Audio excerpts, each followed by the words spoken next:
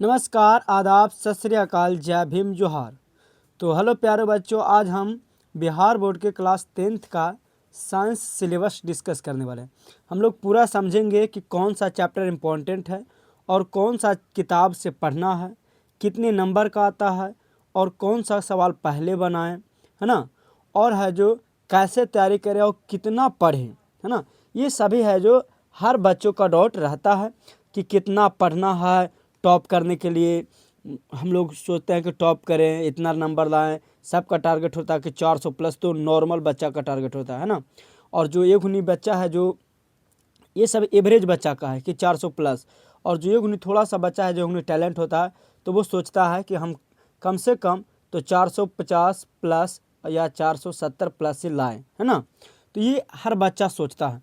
तो जब सोचता है बाबूआ, तो हम लोग कैसे पढ़ें, पढ़ने की रणनीति क्या होना चाहिए, क्या करें कि हम लोगों को है जो अच्छा नंबर आए, है ना। तो ये सभी आज इस वीडियो में हम लोग समझने वाले हैं। तो सबसे पहले आज हम लोग बिहार बोर्ड का जो क्लास 10th है उसको हम लोग सिलेबस डिस्कशन करने वाले हैं, है ना, कि कैसे हम लोग पढ़ें, कौन सा चैप्टर इम्पोर्टेंट होता है साइंस का। और हम लोग ये जो आज डिस्कशन करने वाले हैं ये साइंस का है बाबू। किसका है? तो साइंस का है जी। देखिए, तो हम लोग स्टार्ट किए हैं कोचिंग, यानी देखो क्लास 10th का न्यू बैच। इस बैच का नाम है मिशन बैच 2027, ठीक है। मिशन बैच 2027 आरक्षण NST, ठीक है। तो ड्रीम है हम लोगों को 470 प्लस।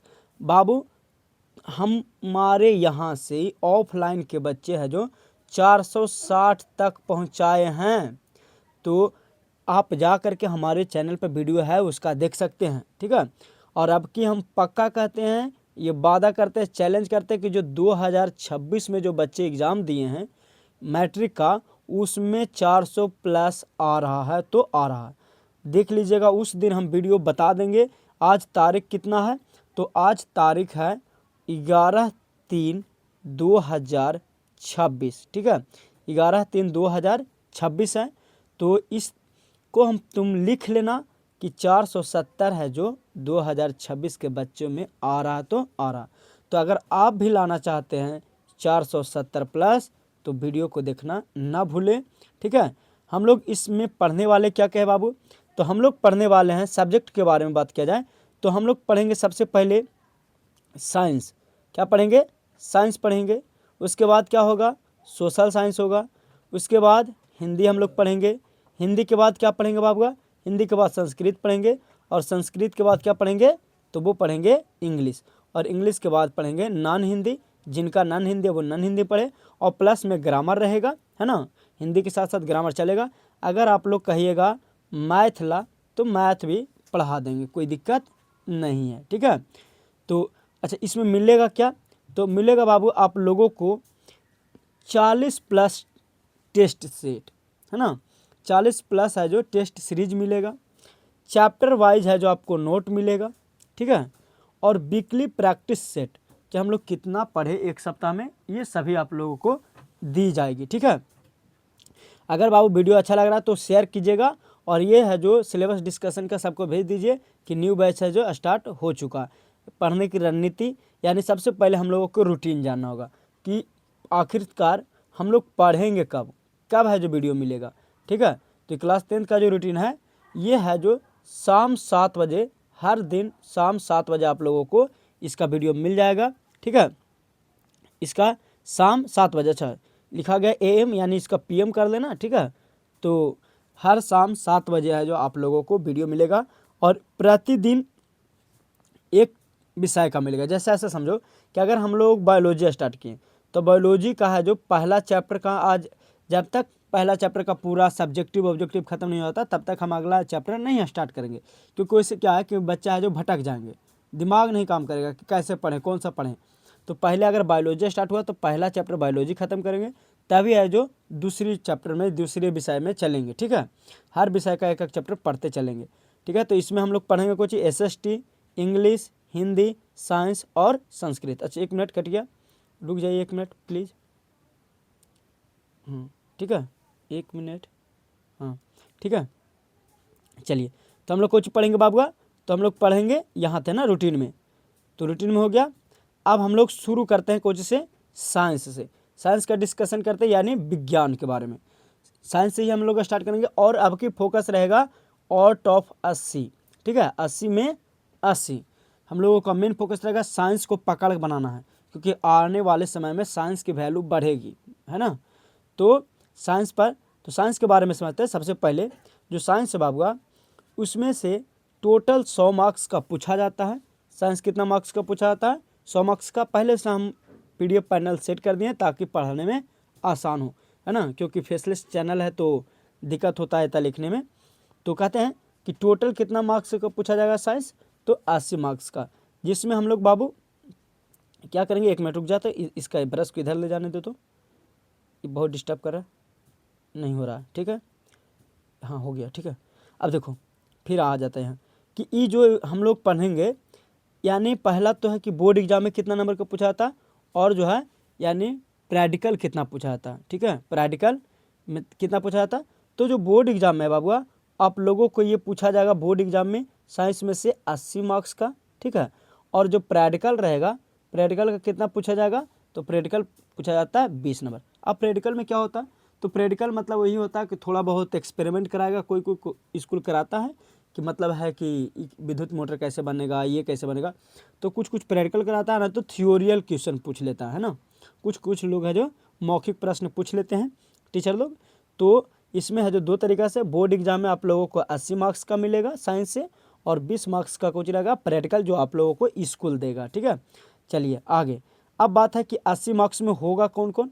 तो साइंस में हम लोगों का 3 ब्रांच मिलता है। 80 नंबर में है जो साइंस में 3 ब्रांच, फिजिक्स, केमिस्ट्री और बायोलॉजी मिलेगा, ठीक है। साइंस में कितने मार्क्स होते हैं, 80 मार्क्स तो होते हैं, लेकिन 3 ब्रांच मिलते हैं, फिजिक्स, केमिस्ट्री और बायोलॉजी मिलते हैं।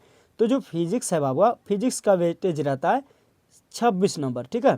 कितना नंबर रहता है, 26 नंबर, और केमिस्ट्री का रहता है 26 नंबर, और बायोलॉजी का रहता है 26-27 नंबर, ऐसे ही रहता है। तो 1 मिनट रुक जा, कट जा रहा है ना, रुक जाए प्लीज़, हाँ ठीक है। तो देखिए कहने का मतलब है कि वेटेज है जो हल्का फुल्का आगे पीछे होते रहता है। कभी 27 नंबर फिजिक्स को पूछ दिया, कभी केमिस्ट्री को 27 पूछ देगा, कभी 26 नंबर इसको कर देगा। मतलब है कि 1-2 नंबर के अरक फरक में रखा जाता है। तो फिजिक्स, केमिस्ट्री और बायोलॉजी। तो अब अपने हिसाब से अगर किसी को फिजिक्स बढ़िया है तो उस पर उन्हें ज़्यादा ध्यान देना, क्योंकि बिहार बोर्ड तो अब 1 पर 1 फ्री दे रहा है, ठीक है। कोई की केमिस्ट्री बढ़िया है तो उस पर ज़्यादा ध्यान देना, और बायोलॉजी बढ़िया रहे तो उस पर देख लेना। मतलब अपने हिसाब से एडजस्ट कर लेना कि कौन सा विषय में आपका इंटरेस्ट ज़्यादा है, ठीक है। चलिए अब बात आता है बाबू कि अब इसको पूछा जाता कैसे है। पहले एक बार और देख लीजिए, ये जो फिजिक्स की बात किया जाए, यानी 80 मार्क्स में तो हम लोग तीनों बांट दिए। एक बहुत आज डिस्टर्ब कर रहा है हमारा, हाँ ठीक है। कहता है कि 80 मार्क्स का तो है जो तीनों का हम बांट दिए कि फिजिक्स में, केमिस्ट्री में और किसको, बायोलॉजी में। अब यहाँ बात आता है छोटे कि देखो जो फिजिक्स होता है उसको ऑब्जेक्टिव 13 नंबर का पूछा जाता है, सब्जेक्टिव 13 नंबर का पूछा जाता है। अभी कैसे पूछा जाता है, 1 मिनट रुक जाओ बता देते हैं। कि जैसे देखिए यहाँ पर लिखते हैं, रफ करते हैं कि जैसे ऑब्जेक्टिव ऐसे 13 मार्क्स रहेगा, और 13 मार्क्स ही हो जाएगा, 26 मार्क्स हुआ कि ना हुआ। अब जब 26 मार्क्स हुआ तो उसमें देखिए 13 जो ऑब्जेक्टिव होता है तो इसका दोगुना पूछा जाता है, यानी 26 का ऑब्जेक्टिव पूछा जाता है। कितना पूछा जाता है, 26 है जो आप लोगों को ऑब्जेक्टिव पूछा जाता है, जिसमें 13 ही बनाना है। तो हम तो 13 ही लेकर ना चलेंगे। तो इसमें अगर हाँ किसी को अगर 26 ऑब्जेक्टिव आ रहा है तो 26 बना देना, इसमें कोई रोक नहीं है। मतलब कि हमको फिर या तो हम 26 ऑब्जेक्टिव नहीं लिख सकते हैं, क्योंकि 13-13 करना है, तो 26 ऑब्जेक्टिव दोगुना पूछा जाता है। तो एता से है जो 26 ऑब्जेक्टिव पूछा जाता है। और जो बात किया जाए शॉर्ट आंसर क्वेश्चन का, तो चलो इसका हम डिस्कस करेंगे एग्जाम पैटर्न में कि एग्जाम पैटर्न कैसे होगा, लेकिन फिर भी नहीं बताते हैं। अभी जो 13 नंबर का पूछा जाता है इसमें 4 गो शॉर्ट पूछा जाता है, 2-2 नंबर का। तो कितना नंबर हुआ, 8 नंबर हो गया, है ना। और एक वो है जो लॉन्ग क्वेश्चन पूछा जाता है 6 नंबर का, तो कितना हो गया 6 नंबर, यानी लगभग 13 से 14 नंबर। इस प्रकार से इसका बजट रहता है। सबको उसी प्रकार से केमिस्ट्री, बायोलॉजी, फिजिक्स सब का है जो वही हाल रहता है, ठीक है। 1-2 नंबर के सब है जो आगे पीछे होते हैं। तो ये समझ में आ गया। अच्छा अब हाँ चलो यहाँ डिस्कस कर लेते हो कि एग्जाम पैटर्न कैसे रहता है। तो एग्जाम पैटर्न में सबसे पहले कि आप लोगों को फिजिक्स की बात किया जाए, चलो 1 मिनट रुक जा। हाँ अगर फिजिक्स की बात किया जाए, केमिस्ट्री की बात किया जाए और बायोलॉजी की बात किया जाए, तो फिजिक्स में आपको बाबू ऑब्जेक्टिव जो रहेगा आपका 26 ऑब्जेक्टिव रहेगा, और 4 गो है जो 2 नंबर का रहेगा, और एक है जो 6 नंबर का रहता। मतलब 26 नंबर और 8 नंबर और 6 नंबर, 14, और कितना हो गया, जोड़ लीजिए 14, 1 मिनट, ओहो सॉरी, तो 14 हो गया, ठीक है। हाँ 14 नंबर सब्जेक्टिव, दो, एक 1 मिनट, हाँ कट कट जा रहा है क्या है, तो 4 दूनी 8, 8 ये हो गया, 6 वो हो गया 14, और 26, 14 26 30 और 10 40, 40 नंबर। मतलब है कि ऐसे समझो कि अगर तुम कोई दो विषय बरियार कर लिया, मतलब 80 ऑफ 18 लाएगा ही लाएगा, यानी 80 में 80 लाना आसान है, बस ये गुनी थोड़ा सा ज़्यादा ध्यान देना पड़ेगा अपने आप को। अब बात क्या जाता है कि आप पढ़ा कौन चीज़ जाएगा, फिजिक्स में पढ़ना क्या है, कैसे आएगा। तो सबसे पहले देखिए, फिजिक्स में आप लोगों को 6 चैप्टर पढ़ना होगा।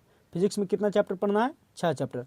पहला है प्रकाश का अपवर्तन, सॉरी प्रकाश का प्रवर्तन, पहला चैप्टर है प्रकाश का प्रवर्तन, यानी हम लोग इसमें पढ़ेंगे रिफ्लेक्शन ऑफ लाइट, मतलब लाइट के बारे में दर्पण पढ़ेंगे, ठीक है। फिर है प्रकाश का अपवर्तन, यानी इसमें है जो रिफ्लेक्शन ऑफ लाइट जो है, देखो ई रिफ्लेक्शन ऑफ लाइट है, ई रिफ्रैक्शन ऑफ लाइट है, तो थोड़ा सा मीनिंग का अंतर है, ये नहीं कि सोचना कि दोनों एक है। तो प्रकाश का परावर्तन, आई प्रकाश का अपवर्तन, इसमें हम लोग दर्पण के बारे में पढ़ेंगे, अवतल दर्पण उत्तल दर्पण, ये सब होता है ना, कि गाड़ी में कौन सा दर्पण लगा रहता है, और है जो हम लोग चेहरा कौन सा दर्पण में देखते हैं। उसी प्रकार से अवतल में हम लोग यानी जो प्रकाश का अपवर्तन में पढ़ेंगे, किसके बारे में, तो प्रकाश के अपवर्तन में हम लोग पढ़ेंगे बाबुआ, यानी लेंस के बारे में। फिर कुछ है मानव नेत्र, कि मानव नेत्र है जो निकट दृष्टि दोष, दूर दृष्टि दोष, कौन सा हमारे आँख में कौन सा है जो लेंस लगा रहता है। चलो तुम लोग कमेंट में बताओ तो कि हमारे आँख में किस लेंस का उपयोग किया जाता है, देखते हैं कि कितना लोगों को आता है। फिर पढ़ेंगे किसके बारे में बाबू, तो विद्युत धारा के बारे में, यानी इलेक्ट्रिक करंट के बारे में पढ़ेंगे, है ना। किसके बारे में पढ़ेंगे, तो इलेक्ट्रिक करंट के बारे में पढ़ेंगे। अति पेन चेंज करते हैं, ठीक है। तो इलेक्ट्रिक करंट यानी विद्युत धारा, ये भी पता नहीं चल रहा, 1 मिनट, हाँ इसका उपयोग करते हैं। तो विद्युत धारा इलेक्ट्रिक करंट के बारे में पढ़ेंगे। उसके बाद है विद्युत धारा के चुंबकीय प्रभाव, यानी कुछ विद्युत धारा के चुंबकीय प्रभाव में बाबूआ कि magnetic effect of electric current. अगर आप लोगों को बोथ लैंग्वेज में चाहिए, मतलब इंग्लिश और हिंदी दोनों में चाहिए, तो आप लिख दीजिएगा, बस ज़्यादा नहीं, कमेंट में लिखिएगा बोथ, है ना। ताकि देखो इंग्लिश भी पढ़ना बहुत ज़रूरी है बच्चों को, क्योंकि इंग्लिश आने वाले जो समय है ना, इंग्लिश पर ही निर्धारित है। तो अगर कहिएगा अगर, तो हम बौथ कर देंगे, अगर कमेंट में लिखिएगा, देखते हैं कितना लोगों को बौथ आता है। और अगर ये डिस्कस अच्छा लग रहा है, पढ़ने की तरीका अच्छा लग रहा है, तो आगे आए जो शेयर कीजिएगा ज़रूर। अगला है कि हाँ 6ठा नंबर क्वेश्चन कुछ करा कि ऊर्जा के स्रोत हम लोग पढ़ेंगे, कुछ पढ़ेंगे ऊर्जा के स्रोत, ठीक है। 1 मिनट, कहाँ कहाँ चल जाता है, आज बहुत डिस्टर्ब कर रहा है हमने, देखो ना कभी कुछ भी लिखा जा रहा है, ये देखो कौन जरूरी है इसका आना, लेकिन फिर भी लिखा जा रहा है, वाह। चलो अगला है जो केमिस्ट्री का, केमिस्ट्री का है जो हम लोग चर्चा करें, तो केमिस्ट्री में भी हम लोग कितने चैप्टर पढ़ेंगे बाबू, तो केमिस्ट्री में हम लोग 5 चैप्टर पढ़ेंगे। पहला रासायनिक अभिक्रिया एवं इसका समीकरण, है ना, संतुलित समीकरण, ये सब पढ़ेंगे। केमिकल रिएक्शन ऑफ इक्विवेलेंट्स, उसके बाद आम्ल क्षार एवं लवण के बारे में पढ़ेंगे, यानी दूसरा चैप्टर हो गया आम्ल क्षार एवं लवण। तीसरा चैप्टर है धातु और अधातु। चौथा पढ़ेंगे कार्बन तथा इसके यौगिक के बारे में पढ़ेंगे। और पांचवा जो हम लोग पढ़ेंगे बाबू, पांचवा पढ़ेंगे हम लोग तत्व एवं आवर्त वर्गीकरण। और छठा है हमारा पर्यावरण यानी आवर इन्वायरमेंट के बारे में पढ़ने वाले हैं। ये आरक्षण एनएसडी ब्रांडिंग है, तो चैनल को सब्सक्राइब जरूर कर लीजिएगा। देखो तुम लोगों के लिए अब की जो हम सोचे ना कि बहुत अच्छा अच्छा पीडीएफ लाएंगे, ठीक है। पीडीएफ के जो हाँ ठीक है, पीडीएफ के जो तरीका है ना, वो हम लोग सोचे हैं कि बहुत अच्छा से बच्चों को जो पीडीएफ प्रोवाइड किया जाए, ताकि आसान लगे उस हम लोगों को पढ़ने में। तो देखिए बायोलॉजी में चर्चा किया जाए, तो बायोलॉजी का चर्चा किया जाए तो पोषण पढ़ने वाले हैं, श्वसन पढ़ने वाले हैं, परिवहन पढ़ने वाले हैं, उत्सर्जन पढ़ने वाले हैं, नियंत्रण एवं समन्वय, जनन, आनुवांशिकता एवं जैव विकास, और हमारा पर्यावरण, ठीक है। तो हम लोग 8 चैप्टर पढ़ने वाले हैं टोटल, जिसमें 27 नंबर को पूछा जाएगा। तो न्यूट्रिशन, रेस्पिरेटरी ट्रांसक्रिप्शन और है जो उत्सर्जन है जो, अच्छा इसका मीनिंग गलत लिखा गया। उसके साथ साथ कंट्रोल एवं कुछ हो गया कोऑर्डिनेशन हो गया, हेरिडिटरी इन्वायरमेंट हो गया। तो ये सभी चीज़ों को, इसका भी मीनिंग गलती लिखा गया है, इसको कर देते हैं। अर्बन इन्वायरमेंट नहीं होगा, आनुवंशिकता का हो जाएगा जेनेटिक, है ना। तो ये है जो हम लोगों का किस में पढ़ना बाबू, बायोलॉजी में टोटल 8 चैप्टर। देखो ये पोषण, श्वसन और उत्सर्जन, परिवहन, ये है जो एक एनसीईआरटी एक ही चैप्टर में मानता है, यानी एक चैप्टर का नाम है जिसका कुछ नाम है जैव प्रक्रम, ठीक है। इस सबको एक ही में मान लेता है, तो इससे कोई दिक्कत नहीं होनी चाहिए। हम लोग अलग अलग करके पढ़ेंगे ताकि अच्छा हो कि पोषण में क्या करने वाले हैं, यानी हम लोग पढ़ेंगे कि भोजन कैसे ग्रहण करते हैं, फिर सांस कैसे लेते हैं, फिर हम लोगों में भोजन का जो यहाँ से वहाँ जाता है ऊर्जा कैसे जाता है, फिर बाहर शरीर से कैसे निकलता है अवशिष्ट पदार्थ, फिर हमारा शरीर नियंत्रण कैसे करता है। इस सबसे इम्पोर्टेंट चैप्टर है जो है जनन, और ना, और तुम लोग को जनन ऐसे भी फेवरेट चैप्टर है का, तो हम लोग देखेंगे आगे। अब कहता है कि क्लास कहाँ होगा, बात आता है कि क्लास कहाँ होगा। तो क्लास बाबू आप लोगों को बिल्कुल यूट्यूब पर होगा, कहीं कुछ नहीं होगा, कहीं नहीं भटकना है। और बात आता है कि नोट्स, तो नोट्स के लिए आप लोग कमेंट में लिख दीजिएगा कि सर इसका नोट्स चाहिए। अगर ये जो सिलेबस डिस्कस किया अगर उसी का भी नोट चाहिए तो कमेंट में लिखिएगा नोट, ठीक है। अगर इसका भी नोट चाहिए तो कमेंट में ज़रूर लिखिएगा कि हमें क्या चाहिए, नोट चाहिए। तो क्लास कहाँ होगा, तो बता दिए कि क्लास आप लोगों को बिल्कुल है जो कहाँ होगा, यूट्यूब पर ही होगा। इसके अलावा क्लास कहीं होने वाला नहीं है, वो भी बिल्कुल फ्री, है ना। आगे अब बात किया जाए कि नोट्स कैसे बनाएं, है ना, कि नोट्स कैसे बनाएं। तो नोट्स बनाने के लिए बाबू सबसे पहले जब क्लास चालू होगा तो कॉपी कलम ले करके बैठना है, और जो भी हम बोलें हर एक बातों को, जहां हम बोलेंगे कि बाबू ये नोट पॉइंट है, अच्छा पॉइंट है, यहाँ से ऑब्जेक्टिव पूछा था, तुरंत स्टार लगाना है और अपनी कॉपी में नोट डाउन कर लेना, ठीक है। अपनी कॉपी में नोट डाउन करना है, और जितना भी पीडीएफ पैनल है उसको पढ़ना, यानी जो बोर्ड पैनल है उसको भी लिख लेना अपना कॉपी में, नोट्स होगा उसको भी लिखना। और जो सर मतलब एक्स्ट्रा कुछ है जो स्टार पॉइंट मार के लिखवाएंगे वो भी अपने है जो कॉपी में लिखना जरूरी है, ठीक है। उसके साथ साथ अब कह रहा है कि कितना समय देना होगा, है ना, कितना समय देना होगा किसके लिए, तो पढ़ने के लिए, नोट बनाने के लिए। तो नोट बनाने के लिए बाबू ज़्यादा समय नहीं मांगते हैं आप लोग।